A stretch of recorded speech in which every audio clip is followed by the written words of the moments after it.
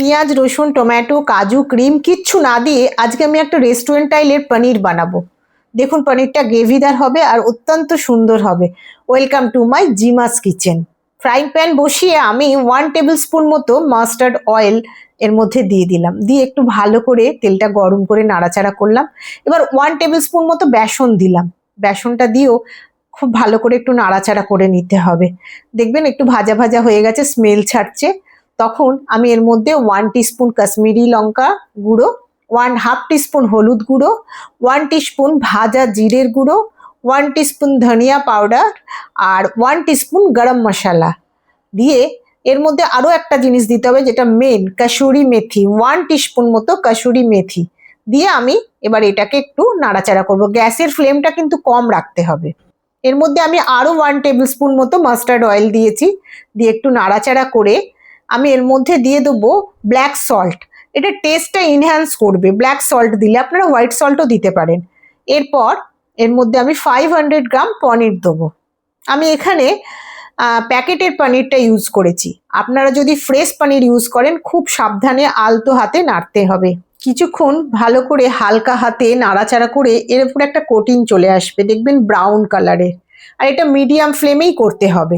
যখন কোটিংটা চলে আসবে সাইড থেকে তেল ছাড়তে আরম্ভ করবে, তেল ছাড়লেই জানবেন যেটা হয়ে গেছে। তখন এটা আপনি প্যানেতেই ছেড়ে দিন, এটা প্যানেতেই থাক।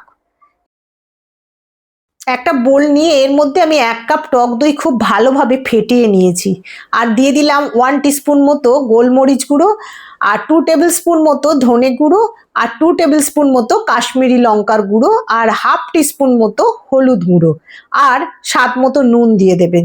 দিয়ে এটাকে এর মধ্যে দিয়ে দেবো 2 টেবিল স্পুন বেসন। এবার ভালো করে এবার এটাকে নাড়াচাড়া করতে থাকবো। খুব ভালো করে ফেটিয়ে নিতে হবে যাতে না কোনো লাম্পস তৈরি হয়। এরপর আস্তে আস্তে আমি 1 কাপ জল এর মধ্যে দিয়ে ভালো করে ফেটাবো, দিয়ে একটা পাতলা ঘোল তৈরি হয়ে গেছে। দেখুন একটা পাতলা জলের মতো ঘোল তৈরি হয়ে গেছে। এবার ফ্রাইং প্যানের মধ্যে আমি 2 টেবিল স্পুন মতো ঘি দেব, ঘি দিয়ে দিলাম, দিয়ে এটাকে একটু ভালো করে নাড়াচাড়া করব। গরম হয়ে গেলে দেখবেন ঘিটা গরম যখন হয়ে গেছে তখন আমি এর মধ্যে দিয়ে দেবো 1 টিস্পুন মতো জিরে আর 1 পিঞ্চ মতো হিং। জিরে আর হিংটা দিয়ে খুব ভালো করে একটু নাড়াচাড়া করে একটা সুন্দর গন্ধ বেরালে গ্যাসের ফ্লেমটা বন্ধ করে এই ঘোলটা তার মধ্যে ঢেলে দিতে হবে।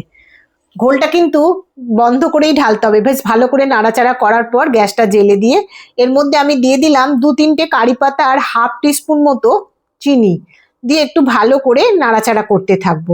এটা কম করে পুরো টোটাল করতে আমার 10 থেকে 15 মিনিট টাইম লাগবে।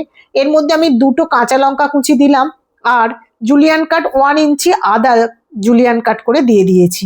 এটাতে কোনো লঙ্কা গুঁড়ো পড়েনি বলে আমি কাঁচা লঙ্কা দিলাম। দেখুন তেল সাইড থেকে ছাড়ছে, আস্তে আস্তে তেল রিলিজ হচ্ছে। এটা মোট টোটাল 15 মিনিটস টাইম লাগবে। আমি পনিরগুলো দিয়ে দিলাম এর মধ্যে। এবার পনিরগুলো দিয়ে ভালো করে আলতো হাতে নাড়াচাড়া করে নেব। পনিরগুলো এর সঙ্গে মিক্স করে নিলাম। এর মধ্যে আপনি জল দেবেন যতটা আপনার প্রয়োজন। আমি প্যানটা ধুয়ে রেখে দিয়েছিলাম কারণ ওতে অনেকটা মশলা ছিল, সেই জলটা আমি এর মধ্যে দিয়ে দিলাম। গ্রেভিটা যে যার মানে যতটা লাগবে ততটা দেবেন। দিয়ে আমি ঢাকা দিয়ে 2-3 মিনিট রেখে দিলাম।